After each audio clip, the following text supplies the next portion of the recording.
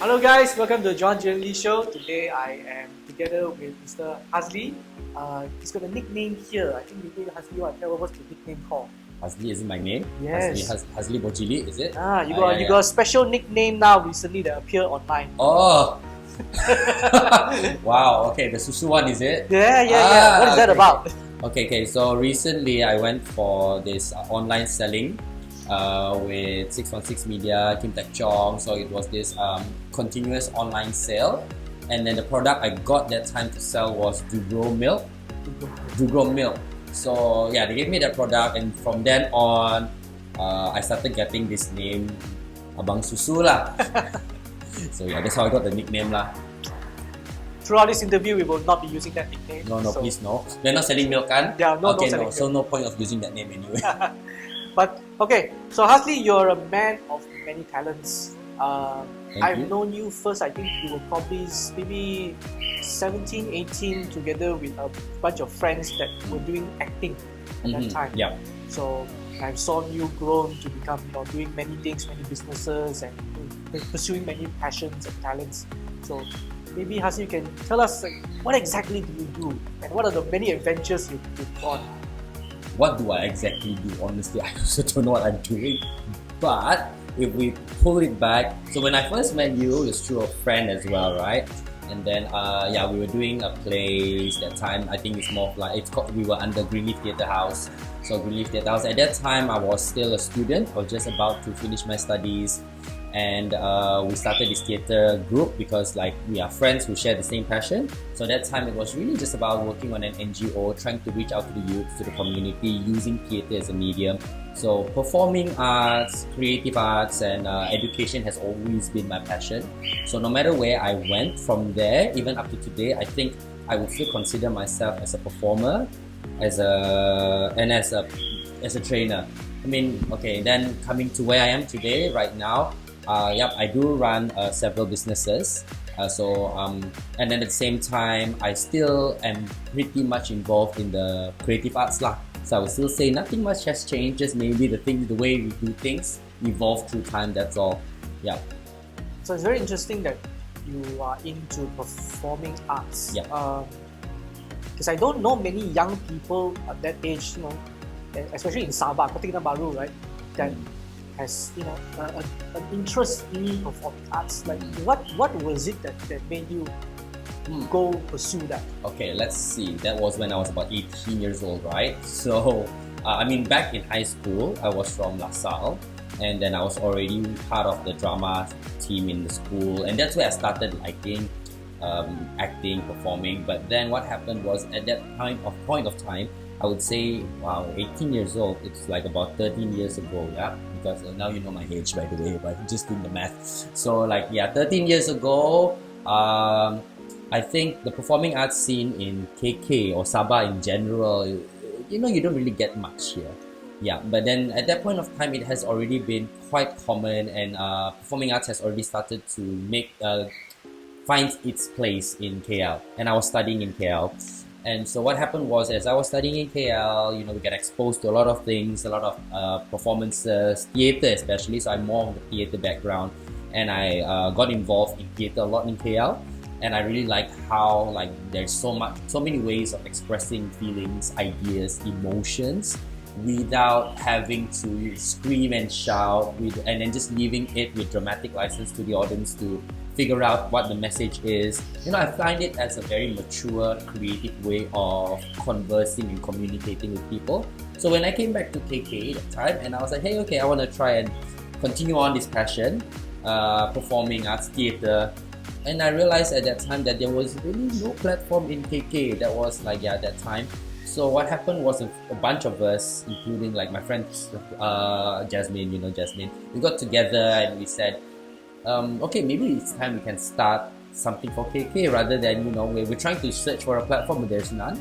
So we sat down and then we registered our NGO, which is Greenleaf Theatre House.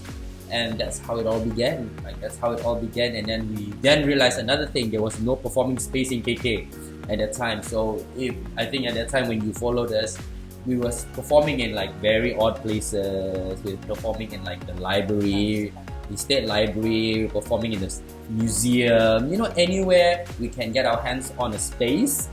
We will just transform the space into a performing space. And then we were actually trying to bring out the essence and the idea of contemporary theatre, minimalistic theatre, where you don't need auditoriums. When you have a story to tell, when you have things to share, most important thing is the content and the message and intention.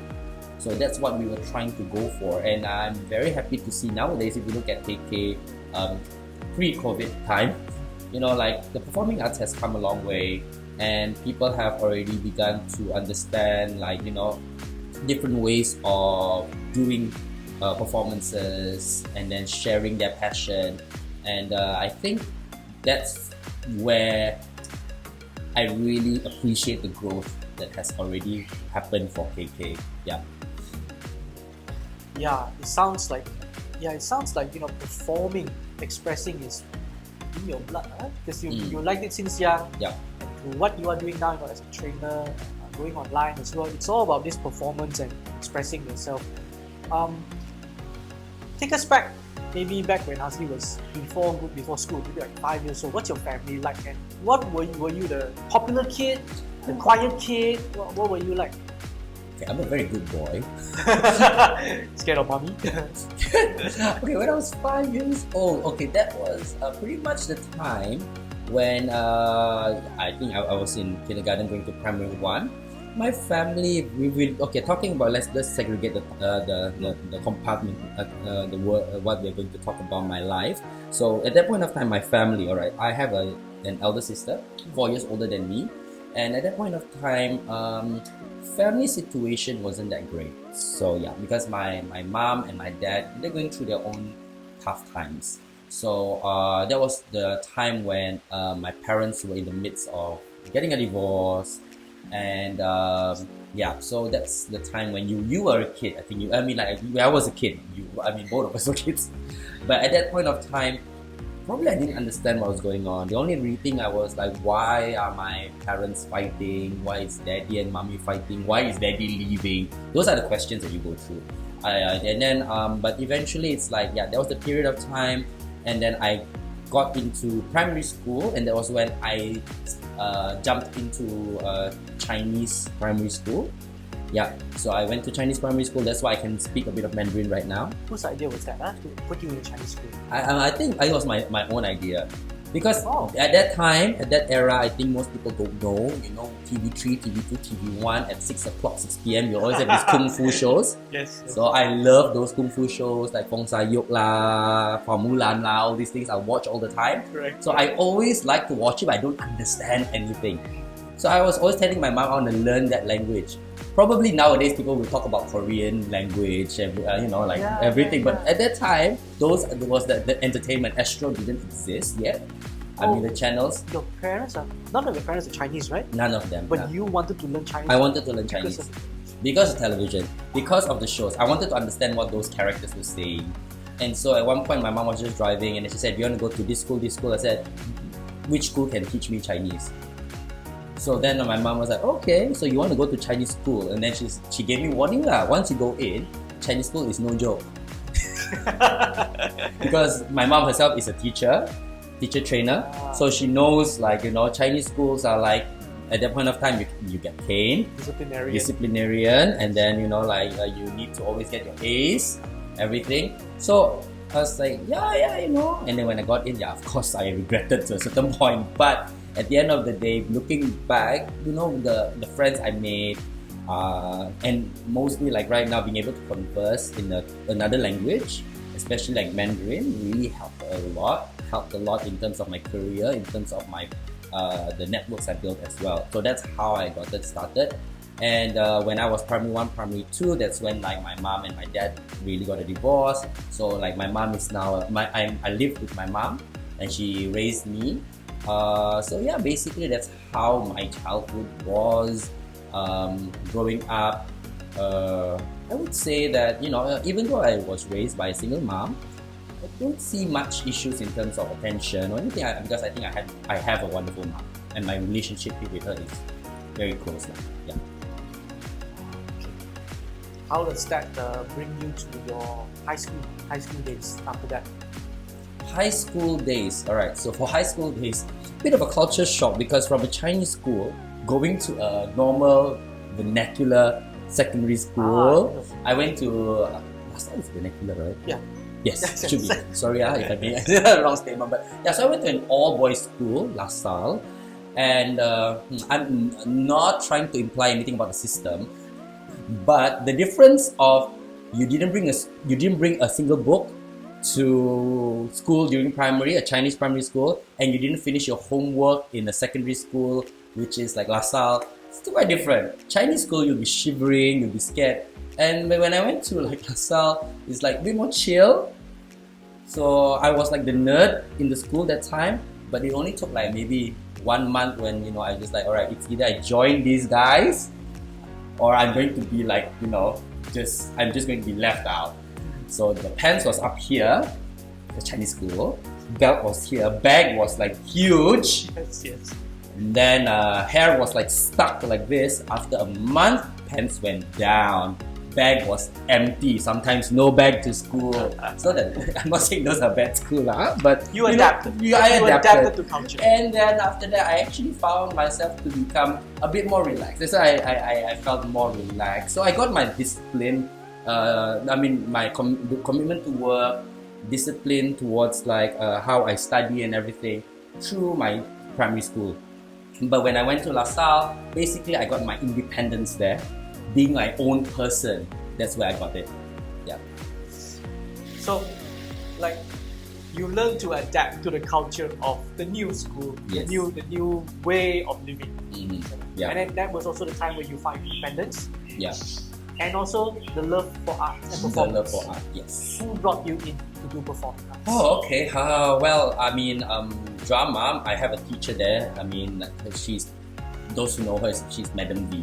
We call her Madam V, Madam Veronica. So she's the one who scouted me like when I was in Form 1. And then suddenly she's like, hey boy, I think you can act.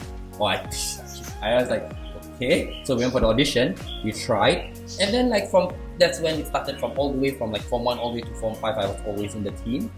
So, and I really enjoyed my time there. And the drama team in LaSalle, usually, they do pretty well.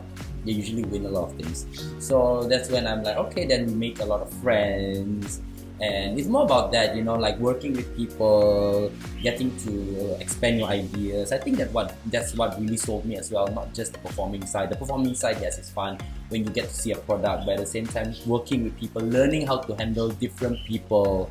I think that's where I got all that exposure, which you can't really get formally. You really need to be involved in all these extracurricular activities, no matter what you do, I feel. But that's where I got the interest to get into the performing arts. So what I'm hearing is that you wanted to go to Chinese school because you wanted to understand what characters wanted to say. Yes. And then you go into the performing arts because of the sort of expression and communication. Yes. And you like people. I do like like people. people. I like You like communication. Yes. You like building bonds. Yes. Making friends. Yes. I like being able to bring people together, but not necessarily because actually I'm an introvert. So I get tired with too much as well. But I do like to be able to have connections with people. I appreciate connections. Yeah, exactly. But when rewind back to the Chinese bit, right? I went to Chinese school to know how to speak Chinese, and then only after I came out from Chinese school, after a few years, and then I continued watching the Kung Fu movies, I realized it was Cantonese. I was thinking the same thing. 6 p.m. should be Cantonese. I was like, why I still cannot understand what they're saying? Then I felt cheated. Then my mom said, hey, you understand already? No. Why? Because different Chinese. I didn't even know it was Cantonese. Dialect, yeah. So I was like, now I know. It's like, oh, it's actually Cantonese. I'm learning Mandarin. So I felt like, what's the point? But anyway, yeah. Is your Cantonese getting better? No. I think I should try. But I think I gave up because like learning Chinese itself was also already like, oh, crazy. But yeah, I mean like, coming back to the initial one was about people. Yeah, I just like connecting with people, building meaningful relationships, seeing people grow together. I think that's what motivates me a lot.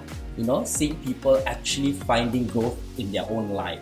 So I think that's where I don't know. It's just like when you see people happy, you should be happy. Yeah. Very simple. After high school, where did you do college? Where did you go?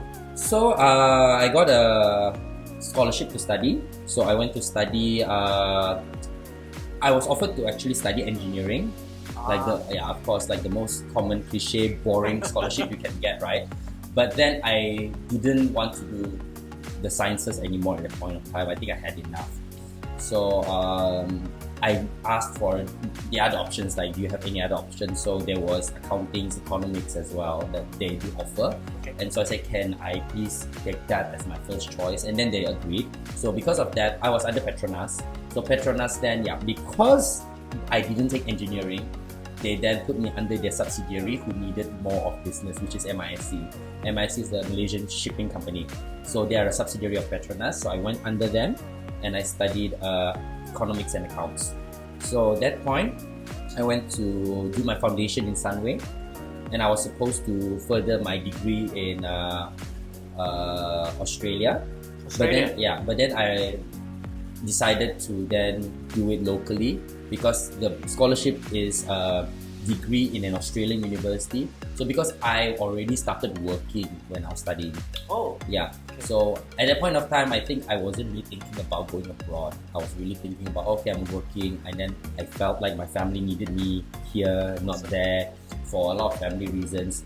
So I said, okay, so I got to spoke to my sponsors and say like, all right, it doesn't say that, you know, you must go Australia. It just says you are sponsored to do a degree with an Australian university. And at that point of time, Monash campus was already in Sunway. So then I told them, I said, Monash is an Australian university, so can I just do it there? And I think they're happy lah, because save more money for them also, right? So so I did my degree in Monash University Sunway campus. So that's where I got my degree lah. What were you working part-time as? Did a lot of things. Well, I mean, I was a cleaner. I worked for car wash. I worked to clean up even like, you know, when medical students dissect, and I clean up the blood. So I mean, like anything that I could do, I do. I work in like 1901 hot dog stand. So basically, wherever I have time or the work fits, I don't really pick a job. I just wanted to learn how to be more independent, do not want to burden anyone. So that's where I started working. And then at one point, I got more stable by working in a tuition center there. So I worked in the tuition center there, and then they basically had a second branch, and then told me to take over that branch and run that branch. So that's where I got like more stable working for that center. And this was in Subang area. So that's where I started working there, and before I came back to Sabah. Were you always this entrepreneur, like always trying to find jobs, even back before going to KL? Did you try any of that back at home? Finding part-time jobs? Yeah. I mean, working part-time, yes, tried. But at the end of the day was like, you know, just doing my own thing, selling food, making quiz, everything since I was in Form 1. Wow. Form 1 Primary 6. So because my mom, she's a lecturer for the Teacher Trainer College, so we are staying in one of the staff quarters. So there are a lot of students staying in the hostel. So usually I will always take orders from them, especially during Raya, Christmas and all, and I'll start baking. And my mom knows how to bake, so I'll tell her to teach. I'll loan some money from her to buy stuff, and I'll pay her back the money with some interest, and then I'll take the profit. You're learning financing at that age. Wow. Because I wanted, it's not bad to say that you wanted money, right? Yeah, I wanted money, and I wanted to earn that money. I didn't want to ask for money. You want to learn how to make money. Yes. You know, how to make money, keep money. Yeah. Wow, that's not an opportunity that many kids get now. Yeah, they know that. Mom's pretty supportive of a lot of things. She is lah. I mean, like she encourages all that. And then at the point also, like it's good lah, because even if like cleaning the house, last time she would pay a helper. At one point, like we didn't have a helper anymore. I said, "No, Mom, you just need people to clean the house, right?" So I put a price tag on every part of the house. What part of the house do you need clean? you can save more than 60% of what you pay this auntie or kakak. You just pay me this amount every time you need me to clean the living room or whatever. So, but at one point, my mom was like, "You should do this for free when it comes to the house." But anyway, I think that's where like I just started thinking about all this. I don't know, it just came about, and just thinking of ways, or I always believe in there must be an exchange. Transaction. Yeah, there's a transaction. So it's like I don't want to just ask my mom for money, but then you don't actually give something back. But that doesn't also mean right now when you help someone, it's different. That's different. It's just helping is different. Being sincere to people different. A job is a job.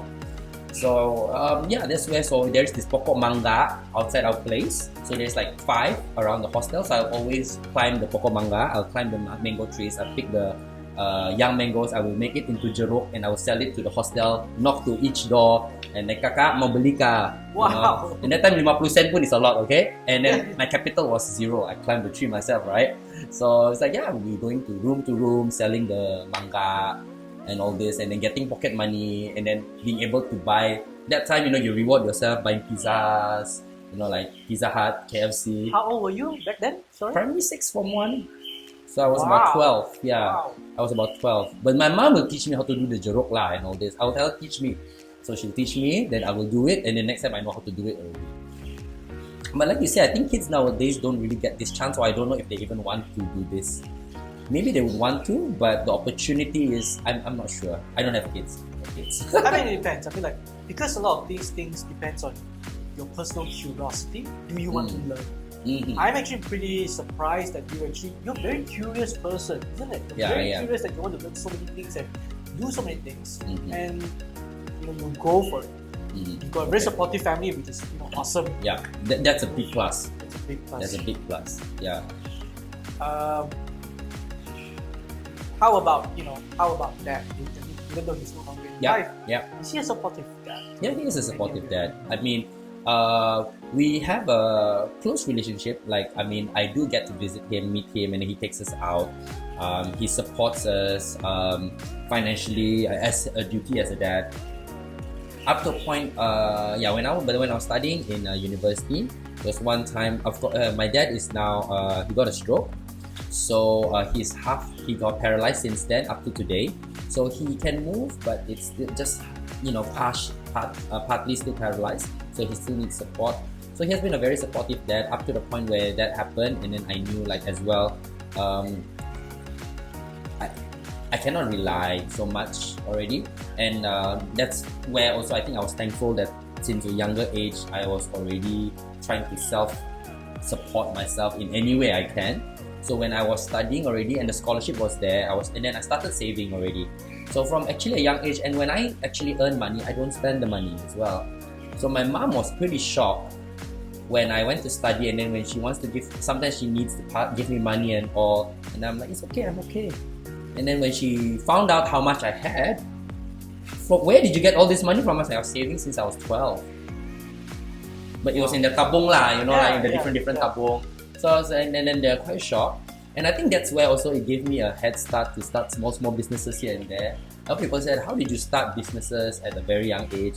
Like because I started my first business like when I was 19, 20 years old. Like, how did you start that company so young? I mean, it's all just because I think I was very blessed that I started early. It wasn't a plan, it was just like, I get this money, why do I need to spend it, put it aside lah. And at the end of the day, when I was like 19, 20, I said, I actually have a saving to start something. And in KL, I was also already working. It got very crazy lah in KL because like I was really working, studying, so the stress level was pretty different lah. So, Sabahan in KL. Stress. What's it like? Okay. Because you were working part-time. Yes, you were studying. I was studying. I was a full-time student and I was working. And eventually the work that I took was also a full-time job because basically you are running a whole center. But before that it was like part-time. So usually I'll be up at 4 a.m. Going to do work or whatever. Then after that if I need to go for class. And that's the thing, eventually I only attended classes that I really needed to attend because I had to work.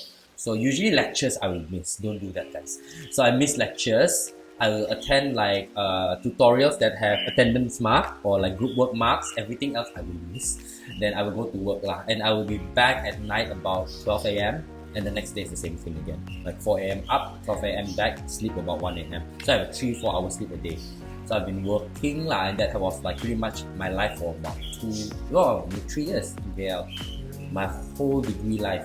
During my foundation life was still manageable. I was working part-time and all, but I still enjoyed a bit more. But when I went for my degree already, it was like work most of the time. So if you ask me, do I have a uni life? No, I don't really have a uni life. I don't really spend time in campus activities. I just submit assignments. There was even a point of time when I don't even know the names of my lecturers. I just know which pigeon box is theirs to submit my assignment, that's all. So I've been working. So KL life, I think the stress that time, and Waze didn't exist, guys. Google Map didn't exist as well. We had to print out long sheets of paper to see where we want to go whenever we want to go somewhere. So, and then the jam is so different. It's not, I mean, like, and then KK is laid back. I mean, this is quite common lah. It was like KK is laid back, KL is not. I mean, that's a fact lah. That's a fact. So that's the stress. And the people you meet there, you know, it's like a mini Singapore. Not really Singapore yet. I cannot say KL is Singapore at all. So the competition is there. You want to succeed, you can. You just need to be the hard worker lah. You need to push yourself. And yeah, that's also the point of time where stress is, I work well with stress. It's just that then I realized like my health didn't work well with stress. Yeah, so that's when also like, okay, then I needed to understand how to handle stress. Yeah. We're going to go into a part of something that's part of your life that you've also, you know, opened up recently. And it's so around this time where you probably got this thing where it's called lupus. Yes. And for viewers who don't know what lupus is, maybe Hazli would be the best person to explain what it is, how did you get it, and how did you feel about it. Okay, so lupus is basically short for SLE. So it's a systemic lupus erythematosus. Okay, so smart when I say that every time. Okay, but we just call it lupus, and because the word systemic in front, so basically our body is made out of a lot of bodily systems. You know, we function through bodily systems. So lupus basically it's an autoimmune disease. Okay, so it attacks the systems in the body, and you don't know which system it will attack. So I don't know how I got my lupus because it's not. I don't think it's inherited. Okay, yeah, my friend is a doctor. He says no. So no, it's not inherited. So basically, it's just your body's immune system when it goes high wire. So at one point of time, you know, like a lot of things can cause that to happen. One of it is it's as simple as exposure to the sun. Too much exposure to the sun, stress on the body, and your body, when your immune system is triggered every time, you know, like there is something threatening the body, right? So whenever you are in constant stress, sunlight to the skin, even work, not enough sleep, all these things, you are triggering your immune system. And at one point, some people, like myself, when the immune system is triggered, it is triggered to a point that you can't control it. So it goes to war to protect your body, but at the same time, it starts attacking things that they shouldn't attack. So that's, I think, pretty much the simple way of putting SLE. So that's what happened to me in KL. So I think I was already, like, since young, not stressed, just very tired, always exposed to the sun, stress on skin, on body physically as well, was quite high. And then going through certain things in life, of course, you know, like that is quite stressful. And then going to KL as well, life becoming stressful there and handling a lot of things. And at one point, like, I didn't know I had SLE, but suddenly one day, I came home and I just felt like I couldn't feel my legs or my body, and I collapsed and I blacked out in my unit. I blacked out, I collapsed, and when I woke up, I really couldn't feel my legs. So at that time, I was alone. I didn't call anyone. I didn't want anyone to worry, because that's the person I am. So I started trying to stand up and move. I couldn't. So I just started crawling around my house using my arms. My legs were not responding at all. So I didn't know what was wrong with me.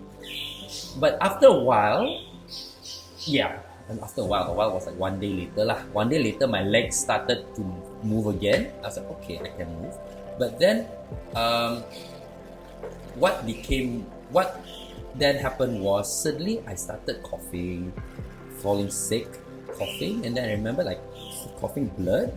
So I was like, okay, this is not normal. This is not normal. Something's not right. And then my face started bleeding. Face started bleeding? Here, like this part here is like, it was like swollen and like bleeding. Just out. Yeah, blood was like coming out. Not like no, that's an anime already. It's more like, you know, it's just like red and then it's like sensitive and you can see like blood. You know, it's like, right. Hey, what's up with this? This is all happening in that same... Yeah, within that same few days. And then there was a time like, you know, I was stressed with work, I was going through some depression and all these things lah. And I said, okay, this is not right. Then something came to my mind again. I said, okay, if shit is really real, something is really not right. And I went to see the doctor. The doctor also was just saying, you know, you're stressed and everything. You might need to go for further checkup. This might be something else. When the doctor said that to me, immediately I said, okay, this is going to be something very serious. I don't want it to be recorded in Malaysia. Any reason? Insurance purposes. Oh, okay. I thought up to there. So I was like, I haven't really bought insurance yet. And if I were to have a condition, how is that going to work for me if I have a medical issue here? So I actually drove myself all the way to Singapore. So all my records are actually in Singapore even up to today. At this point you were still 18, is it? I was turning 20, I think I was 19. Yeah, 19, around 19, 20. So I said, because I bought a car in KL already then. So I drove myself all the way to Singapore and I did everything there.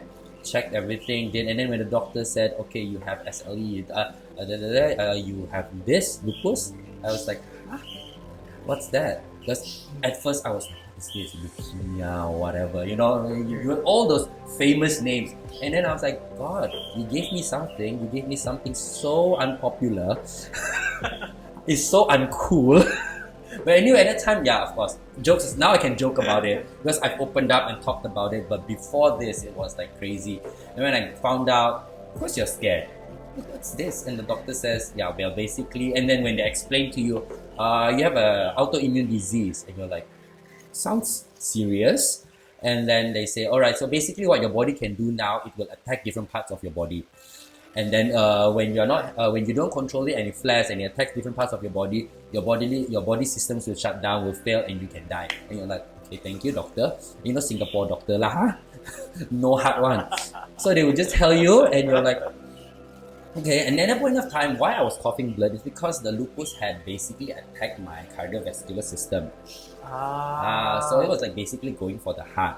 So I didn't know all this, and then when they checked and then they fixed, and there's no way to fix lupus, you just have to control it, and if it attacks the body system, you just have to fix that body system. Meaning to say, like, if it attacks, So basically I got an attack in two parts of my body already. One was the heart, another one was my pancreatic system. So basically two parts lah. I've got an attack before, and then of course what happens to lupus as well is there's this very famous thing called the lupus butterfly, which was the thing here I said. So a lot of lupus patients, they have this pink thing here. So some of them still have it. As you grow, sometimes you will lose it. So my friends started realizing I have this pink patch here, so they call me Pikachu. I don't blame them because they don't know, and I also never said anything to anyone about my condition. And sometimes they will see like blood, you know. Then they'll be like, what's wrong with you? Then I said, it's sensitive skin. But it's not. But I just didn't feel comfortable telling because I don't want people to worry. And it was something that I just wanted to handle myself. I want to come to terms with myself, especially my family. I don't want anyone to know. And doctors were saying, like, you know, people with lupus, at that time when I got it, you know, like, it's actually dangerous. People do die from lupus, and then there's a lot of risk involved. So I then realized like, okay, whoever, if you don't, I mean, like people who have lupus, you should know what to do lah. But people who don't, I think the number one thing we need to do is really keep stress level low. So that's where I had to find ways to actually understand myself. How can I keep my stress level low? So I had to then, listen to myself more, and then realize that, I'm not just someone, you're not someone that don't need rest. You can just gung ho everything. That's what I thought. No, you need to rest, and I think God is telling me something there. So I kept that to myself. This whole condition, surviving it, going through especially the first half year and first year was terrible, because that's when my flares were really bad. So you're just afraid what's going to happen, and then that's why also it's very hard for me to put on muscle, because muscle atrophy is also another side effect of lupus. So I kept that all to myself and only came out last year to my family. End of 2019, and I came out openly on social media like last year. Because I said, okay, 10 years Hazli, I think it's time to just come embrace it fully lah. So like now that you know that you have lupus, you've kept it for yourself, and then you said that, like you mentioned, 2019 was the day you decided to tell about it. I believe it's because it's your 30th birthday. Yes. That's why you decided to tell about it. Why on the 30th birthday? Is there any significant? Well, because my very heartless doctor told me before, boy, if you don't take care of yourself properly, then you might not even live after 30. I don't know what he meant by that lah. Maybe he was just trying to scare me so that I take care of myself. So when I reached that, but then it really left a mark in me. Of course, like maybe he just said it out of like, by the way, a bit of like just jokingly. But I didn't really take it as a joke. I took it like, oh my god, do I have a time frame? So because at the time my flares were bad, and maybe my doctor was like, you need to slow down. So after that was I reached 30, and I remember when I reached 30, I just cried by myself. Suddenly, I just cried. Not the fact that I lost a 2 in front and the 3 came, but by the fact that shit, that I'm still alive. I'm still around the people I love, and I'm still going on. So that's when I'm like, okay, I think then I've come to terms with myself that I am alive, and I'm still around the people I love. So then I think I'm ready to open up for them to know, and let's see where that leads to. So that's when I'm like, okay, turn 30, then told my close friends, my mom, and my family, my mom, my sister, and of course my mom broke down. And when she broke down, I said, Mom, why are you breaking down? She said, I don't know what I can do to help you. Mom, it has been 10 years. I'm fine already, don't worry. So at least also I can rest assure people that I'm fine. Because moms lah, they'll be like, I don't know what can. And my mom was like, she was like, what can I do to make this go away? What can I do to help? And I was like, Mom, you don't have to do anything. I'm okay, I'm okay. I'm already like, I'm already 30, 10 years already, I'm still alive lah. Why you want to be so? And then she got emotional, I got emotional, and I was like, enough lah you. But I mean that's how it was. But I felt like when I opened up, it felt like that part of me, that part of fear I had was also reduced by a lot. And I realized there's nothing of, and then actually after opening up again in 2020, because of to people, then I got a lot of messages, contacts from people who I don't even know. People as far as Canada even.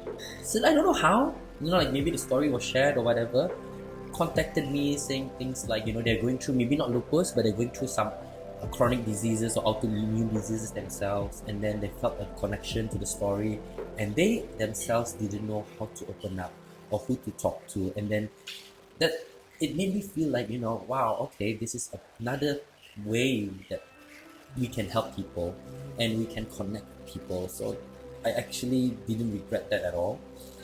I felt that it made me stronger. I believe it did. And I hope that it also helped other people understand their conditions better as well. Yeah. That is probably the best 30 years old present that has opened up, and because you've opened up, Yeah. and you suddenly touch the heart of so many more people that they know that you've been holding on to something for so long, and they also have someone that they can talk to because you've already opened up as well. This point of time, you were already back in KK. From your studying and from your work, you came back to KK with the condition, and then you wanted to open up a fitness business. Yeah. Was it partly because of the lupus that you want to enter the fitness industry, or what was going through your head that, you know what, I have this condition, but that's not going to stop me from making this? A big reason why I got into fitness was because of my condition. But I never talked about it. But there's also like the reason why I started going to the gym first was because I was just a skinny little kid in KL, and then like I got robbed in broad daylight in a mall, and I couldn't run away. I couldn't run away. Okay. I was going I was going to PC Fair just to buy a pen drive in KL, and then like suddenly like this group of guys in the mall itself started, my friend and I, like my housemate, and then it dropped us, and I was like, okay, I can't even run. I'm not even fit to run. I said, okay, I need to change this. And at the same time also, I have lupus and all that, right? But that time I don't know yet I had lupus actually. So I actually started going to the gym because of that. But then after I I had lupus and everything, I took it more seriously. And then I went for my A's. I went to do all these certifications and everything. And that's why I think studying, to me, yes, I needed to finish my studies and all, but I realized like I needed to get my life together faster and more efficiently than other people, because I have something that people don't have. And I know that if I live my life just normally as any other person, then I would not be able to overcome it. So that's why I'm like, okay, what is the main way to fight or overcome the situation? No medication can cure lupus. They say you can control it, but it's through controlling your life. So at that point of time, controlling your life means just have a healthy life. So then that's where I'm like, okay, I'm already in the gym. How can I take this to the next level and really just go for it? So I went to study more, go into the fitness industry, get into, like really get into the education side of fitness, because I wanted to educate myself. I didn't know it really built my passion there. I really went all out in it, and then suddenly I was like, okay, yeah, this is where I want to build my career in as well. So at that time, I started a business already back in KK. I started a kindergarten and tuition center already. I was 19, 20 years old. That's when I started all this, and that's when I got the lupus and all. So I already started, and then like I was just coming in and out of KK, KL, while I was running these businesses already. So yes, I had some capital saved up. I started a business, and my mom just retired, so I made her like the principal to take care of the place. So I started those businesses. I started investing in friends' businesses in KL. So earning dividends. So those are the things So those are the things I did. But I never shared these kind of things to people. I'm not a person who easily just open up and talk to people unless I feel it's beneficial to the person or they need to know, that I talk about it. So at that time I came back, and in KL, I really got involved with the fitness education side, really loved it, really went out. And then when I got back to Sabah, I started working first in like the fitness chains here. I don't know the fitness chain. Core Fitness was a chain, right? It's one of the, I was with Core Fitness first, when it first started anyway. And after that, it was taken over by Level Up Fitness right now. And I was still there, but at the same time, I was already doing a lot of fitness education stuff, but not really based in Sabah yet. So I was traveling around Southeast Asia, running courses, running training certifications already for Fitness Innovations. It's a company based in KL, and the main office that time was in Thailand. So I was going to Thailand a lot as well. We were running a lot of things, and I was really involved with them. And then eventually at one point I said, alright, I want to bring fitness education to Sabah, to Borneo, to Sabah Sarawak, Brunei. And that's when I started my business here as well. So opened another company to start and focus maybe a lot on fitness education for the Bornean region, because I felt like there's a lot of potential here. People are starting to want to learn more get certified, but it's just that there's no place to do that unless they have to fly all the way to KL to do it. Yes. Yeah, so that's how I started it lah. And then like because of it, actually, I would really attribute my whole change in my life to fitness that actually saved me, because I have friends, you know, of course, if you have condition like SLE, you know people who have SLE as well. I know people who have SLE who were together with me who died already, you know, and it's only because they just didn't really take care of their life. So, because you see, once you don't take care of your life, let's say I don't take care of my heart or something, and lupus is triggered because of the stress, and it tries to fix the heart, but because your immune system is already all over the place, it thinks that the war has not ended after fixing the problem. It goes on and on. So that's the thing. It's like it doesn't stop. It doesn't know when to stop. So that's when, you know, what we should do is we should not trigger our immune system as much as possible. You should not fall sick as much as possible. So that's what we should try to do. The more we can do that, the longer we can live.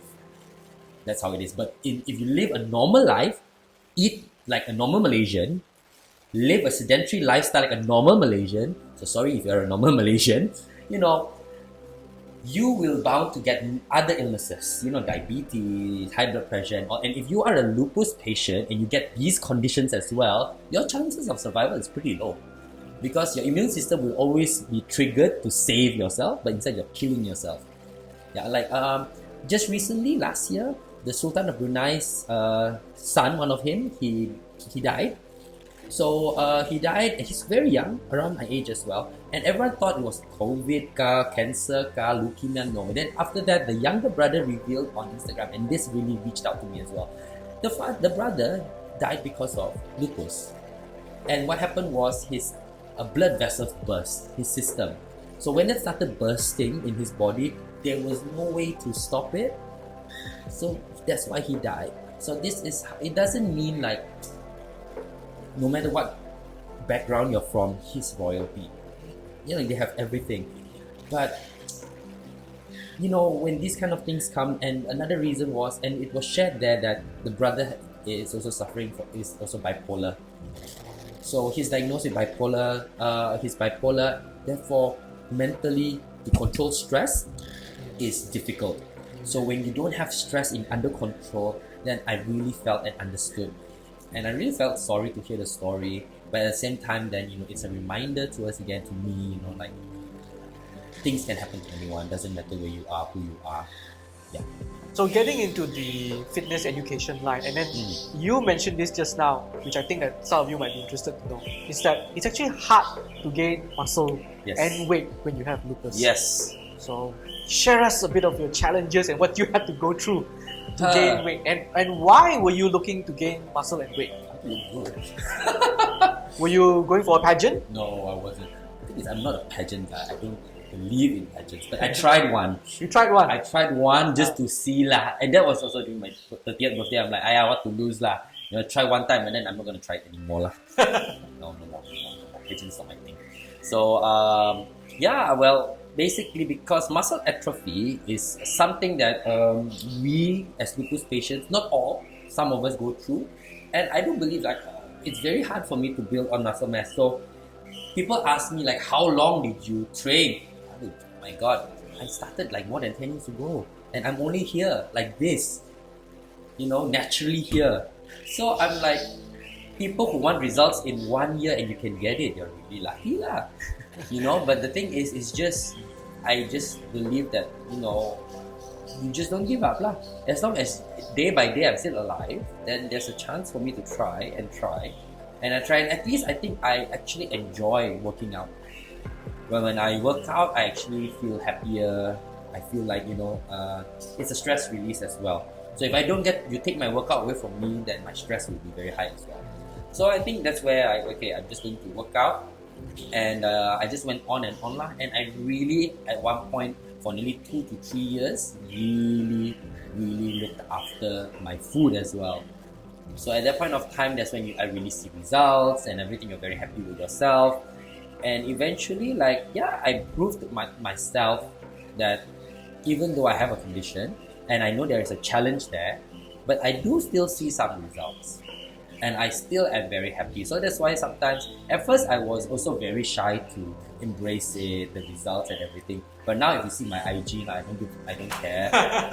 When the point where I am already like embracing I think I've reached a point when I was 30 that, okay, Hazli, you just need to embrace what you have. I have lupus. You have to embrace the long journey you came, that you took, and you have to embrace the results that you have achieved for yourself. If you can't do that for yourself, then I believe that then you are not acknowledging what life has given you, and it would be a dead end for your growth as well. So I just recently okay, I'm just gonna embrace it. Okay, I'm going to be happy with my body where it is now. I worked hard for it. Years, people took 1 year. I took 5-6 years, and I'm going to embrace the journey. I'm going to embrace that I'm a lupus patient. I'm going to hide. So sometimes people might not like it. People might say wow, okay why you need to post these kind of things? I don't know. I never really got that kind of messages. But when people do say those kind of things, it's really about not for you, it's for me. At least this is one thing I can do for myself. Yeah. Grateful along the way Yeah. because of what the challenges are. Yeah. That's a very powerful message right there. Yeah. MCO, the pandemic, it hit, and Yeah. then you having to maintain your fitness, handle your stress level. How was the pandemic experience for you? Okay, so when the pandemic happened, we didn't get to travel a lot, and that's one of my escapes. Usually every month or every 2 months I'll escape, I'll travel, I'll run around, reduce my stress. That's how I control my stress level. Then I work out, but then during the MCO, all those was taken away. So my stress level was high, and of course the uncertainty of business, is my business going to survive this? My business I thought it was bulletproof. You're doing health, you're doing education, you're doing tuition centers, everything you thought it's all bulletproof. No, you're wrong. Tuition centers cannot open, kindergarten cannot open. My businesses, my other investments outside, hotels that I invested in and all, cannot run.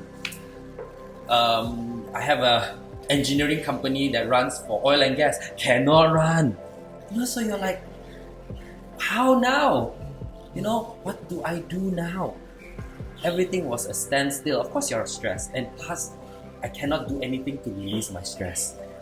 And so of course then during MCO, because the lupus can go dormant, and it has been dormant for years, means there's no signs of it activating. Last year it flared up. After so long my lupus flared and I couldn't go to Singapore for treatment. So that's when I was that's when I came out to social media lah. Social media, I was because I was okay, at least maybe this can help me open up and release something. So that's when I came out to social media, because we started a baking business during the whole MCO. So I started food F&B. I got into F&B during MCO. So that's another new thing that we went into. But that was also the time when the stress level was real. It's high, I couldn't control it, and at one point in the cafe itself, I was walking in the kitchen, and I was walking towards my mom, and another one of my friends were there, and I just dropped. I collapsed because I felt at that time again it's the same. But then the time was it was my heart.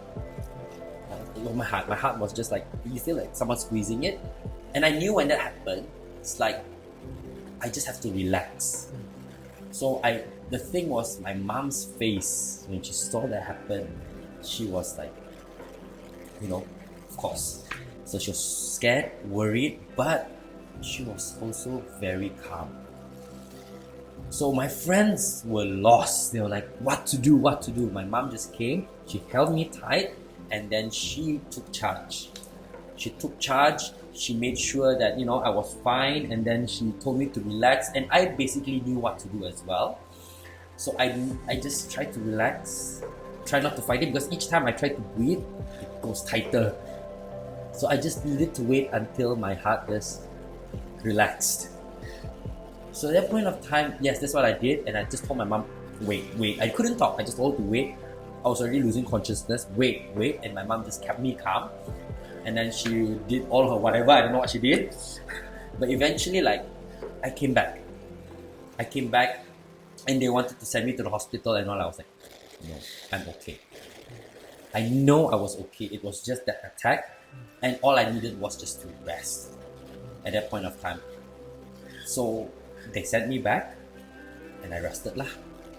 And I rested, and I didn't go to work or do anything for like 3 days. I was a bad lah because I couldn't be in the sun also. So I closed everything in the room and in the dark. Just rested the whole time. People kept checking on me. That's it lah. So after that point of time, I'm like, okay, Hazli, remember, it reminded me lah that I had lupus again. So don't take it for granted. It's still there. You really still need to be careful. Yeah. So that was when I opened up again to everyone. So I guess the challenges of the pandemic is also hitting you in the business, hitting you emotionally. Yeah. It brings the lupus back. Yeah. But now things are slowly opening back up. Things are and I slowly think opening up. that it's good for you as well. It is. It is good for me and good for everyone, I hope. Better for everyone. I mean, things are better lah. Things should be better. But it has also brought you new opportunities Yes, it has. recently, also has. during the pandemic. Do you mind tell us what happened? Oh, okay. The key word was pivot. So you are like a ballerina, a dancer, and if you don't pivot quick enough during the MCO, like how to survive. And at one of time, I also tried to think differently. People were thinking of how to survive. I was thinking of how to thrive. Because I don't want to be in and out thinking of, okay, I survived today, I want to be able to know that I am doing well and I don't need to worry. Because if not, what's the point of doing business? You know, we don't do business to survive. We do business to thrive. So I was like, okay, what's working now? So food was working out. Like people were still ordering food and everything. So that's when I started baking for myself. And people started wanting to buy what I was baking. So I was like, okay, started selling. Then Berita Harian picked the story, Metro Harian picked up the story, all these local publications, national publications. I don't know why, because I think people were tired of talking about COVID. Yes. Then they found out that this gym guy is starting to bake. Yeah. Then they brought it into a story, so it became a story. I was like, okay, then I had to bake like a lot. So like I was like, okay, that's good. Then I started thinking, okay, turning into the F&B. So I opened a cafe. So I converted my tuition center into a cafe. So I converted it into a cafe, and then I turned it into a hidden cafe. People had to book and come. So when the first MCO ended, it opened up. So we had a cafe. I opened the six-pack chef cafe. Six-pack Chef cafe. Yeah. So that was a hidden cafe. So you needed to book to get an access code of the day to enter the key and the code and enter the door and come in, and then it's usually full because we only sit about 20 people. Yeah, in the place, and then it was doing fine. And second MCO hit, and then we have started doing Food Panda. So we still continue doing Food Panda, but it's not enough. It's not enough. How much can you earn from just doing Food Panda? Because they also take quite a huge cut from the amount that you the amount that you sell. So at the end of the day, again, I'm like, no, this is not going to work. We are surviving, but I don't want to survive. So I then was thinking about what can I do. So that's when I started Calorie Kitchen. Pivot again, switch again. So as a fitness educator, a personal trainer, you realize that clients always ask you, what do I eat? And when you tell them, how do I count that? How do I count those calories? They just don't know. And you realize at the end of the day, giving people a meal plan, giving them the calorie breakdown does not work. I don't know for you, does not work for me. Out of 10 clients, if you get one person who follows, lucky. Because people's lifestyle outside is out of your control. So that's when we started Calorie Kitchen lah. So as we were saying, like the MCO brought opportunities, you opened up a new cafe, you changed the name and pivot. Second MCO, same thing, pivot, and you found that niche market where, can't count calories, we'll do it for you. Yeah. You know, Yeah. it's a great service there. Yeah. But it has also brought in recently. You've got this online warehouse, the warehouse sale. Yeah. And it's also something that brings up the performance, the performing arts in you to take it up. Yeah. Tell us what's that about? Okay, so the warehouse sale, I mean, like, I've never thought about it, and I only recently realized, like, during the MCO, live online selling became a thing. Yeah. You know, I didn't, like, I never knew that was a thing, that people would actually sit down and watch people selling things on, live on Facebook and all these things. So what happened was, this company, 616 Media, they were organizing an event for Kim Tek Chong, which was one of the biggest warehouse sale. I would say it's quite big because it went for, like, wow, how many hours, almost the whole day. So one after another of us, like Ben was there, Amy Dangi was there, I was there, Carlsberg was there, everyone, like all these people were there selling a product. And it was interesting for me because it was my first time doing it. Yeah, challenging part was they gave me one product and I had half an hour.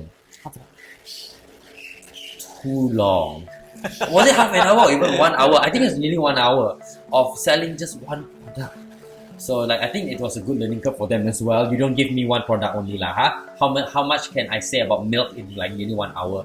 So that was it lah. So from then on, then also they contacted me after the event, and then they said, "Hey, do you want to continue doing online sales with us, like doing live sales?" I said, to me was, yeah.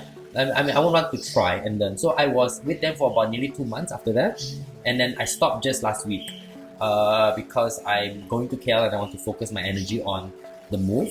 Right. Yeah, so that's when I said, okay, stop. And it's something that I learned, and I said, okay, yeah, when I go to KL, like, I can still continue doing it if the opportunity arises with other people there to collaborate for products and everything. I'm learning to also be young to do all this social media stuff. Like, usually I just post things on Instagram for fun. Then I actually sat down to people, like, because my friend that I'm going to be working with in KL also, like, you need to learn how to get a social media presence. So, like, the past nearly 4 months, December, yeah, I started, like, okay, trying to grow my Instagram account. I was on TikTok. Oh my god, it's so shallow. But yeah, I was on TikTok trying to grow the account, and then learning from people how they actually build their account. So that's when all these things led from, like, yeah, going in from that, building social media platform presence, how to be more engaging on social media, and then after that going to the warehouse sale, seeing that you can actually sell things online right now. And then to me, like, okay, yeah, there's a lot more things that I can explore, doing the things that I like, performing, educating, and connecting with people. Yeah. And these things make you happy, huh? Yeah, it makes me happy. At least I'm not stressed.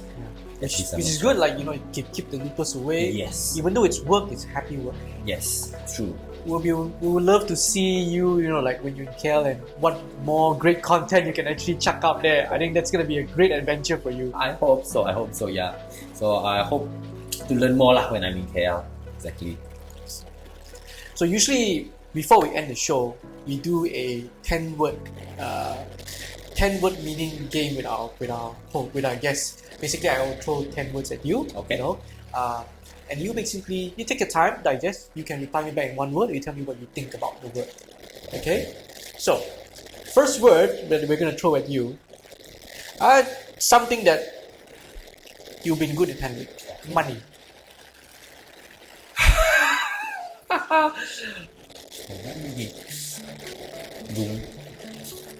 Johan, why are you doing this to me?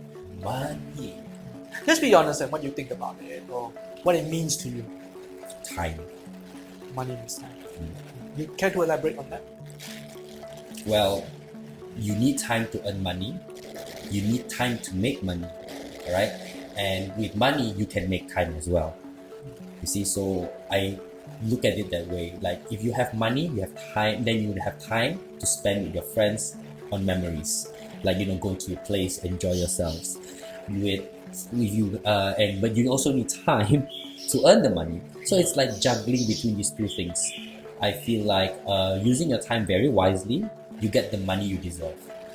But at the same time, with earning the money you deserve, you can make time to do things that you want to do. So I think that's how I relate those two words together. Yeah. Interesting. Money is time. Money is time. Number 2, second word, sabar. Home.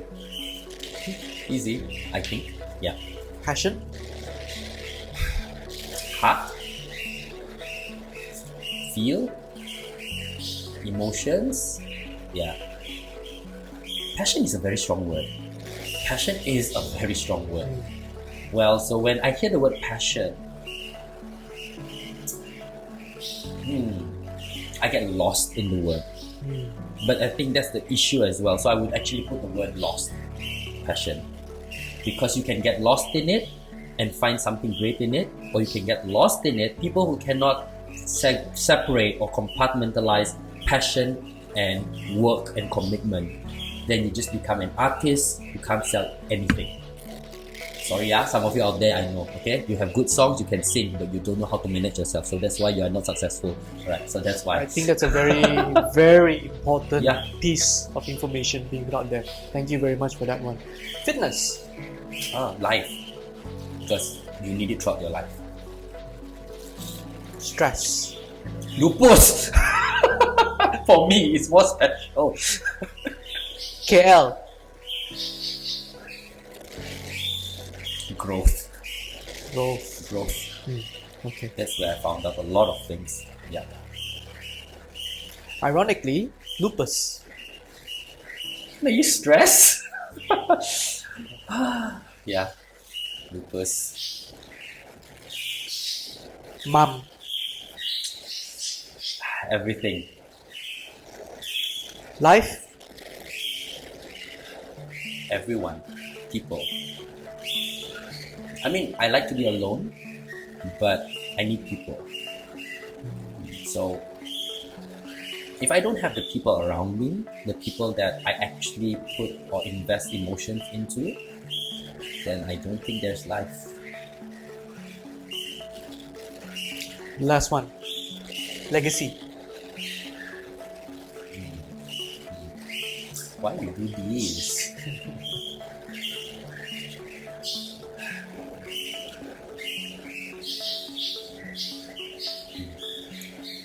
Tell your story.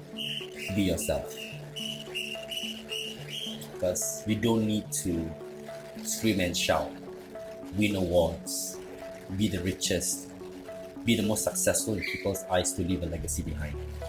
You just need to be yourself and live and tell your story how you want it told, and people will tell your story how you told it, how you tell the story, and that's your legacy. Yeah. Beautiful. Thank you, man. Thank you so much. Thank you, thank you. So, where can we find more of Hazli after this? More of Hazli. Where can we check and okay. find you? Hopefully, okay, you can just check. I mean, I'm on social media lah. Alright, so you can follow me on my social media. Is this a shameless self-promotion of Yes. social media? Oh, plug. Alright, okay, I'm going to do it. So you can follow me on Instagram, hazlibojili, one word. You can see, I post my stories and everything there. But hopefully when I'm in KL and I get to go back into content creation more, hopefully I'll get to connect with people more through my content as well. Yeah. Thank you very much, brother. Thank you guys for following this show. Thank you, our guest again once more. Thank you.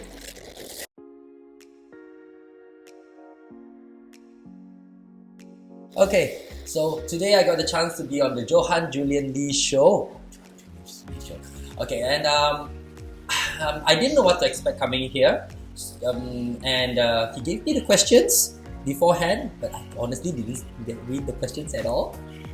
But anyway, I think that I like having this chat, a very casual chat with Johan, and having to be able to share and having him actually document this conversation, because everything that went through, there's a lot of things that we go through in life that we don't remember. But when people ask you and put you in the spot, it's either you decide to open up and embrace it, and that's what he did for me.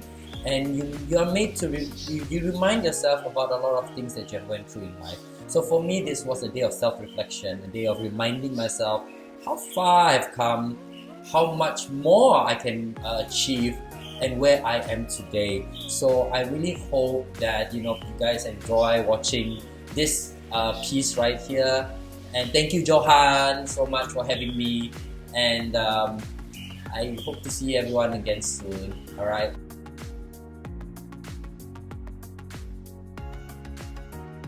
And then and because we don't really have any video game, nothing, right? And then my mom actually like, oh, okay, you got good grades for PMR, SPM. I may buy you PS2 lah. I don't play. I don't play. Like the PS2 will be sitting there. My sister go play lah. I play for a while. I'll be like, Not your thing. not my thing. My friends come, then we play together lah. That's it. That's it. Okay.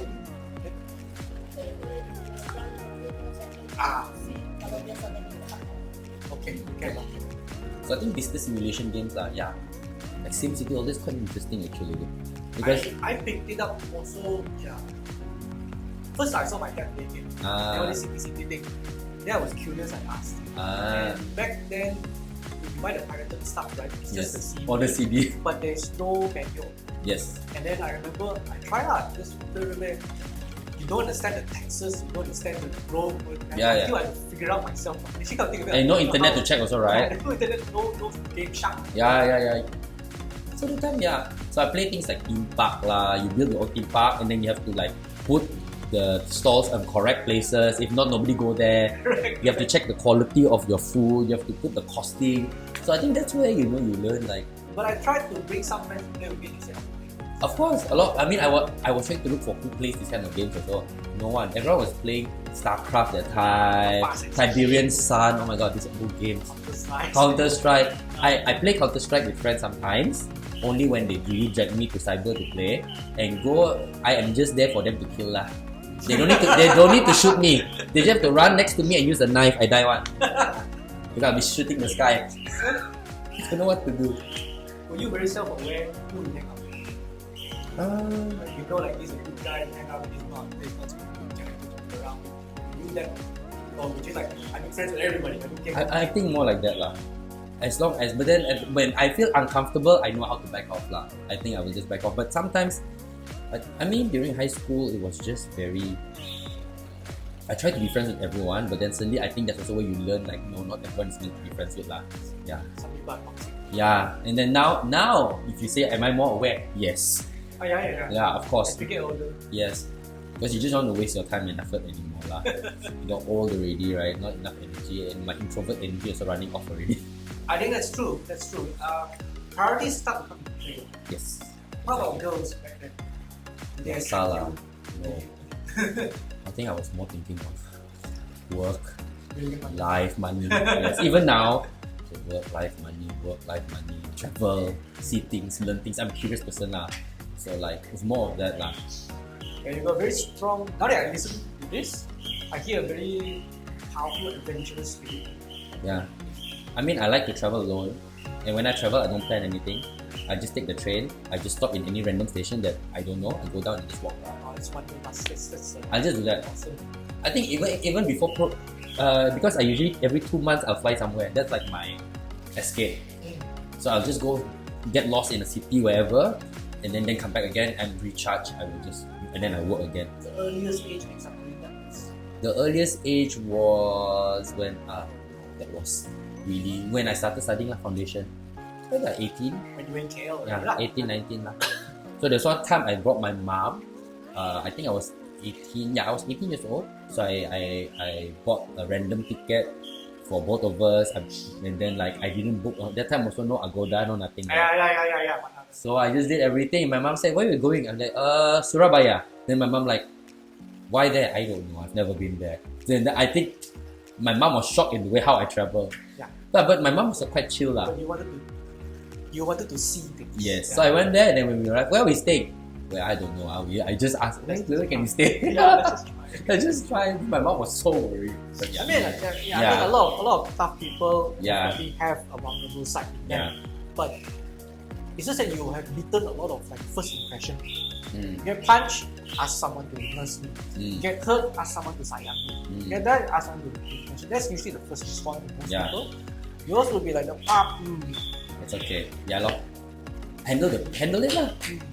And after that, you think like, okay, how can I get punched but not feel the pain anymore? Like that lor. But does it overload you? Does it become overwhelming eventually? Maybe that's why I got my lupus, right? Because maybe that's why I also like, have to learn to open up a bit more. So I was very, bottled up.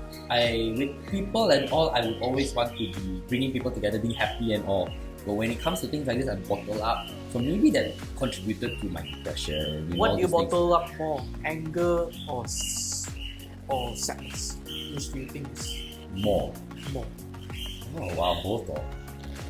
Like if I'm angry, if it's about work, I will keep quiet about it and I will just solve it myself. Yeah.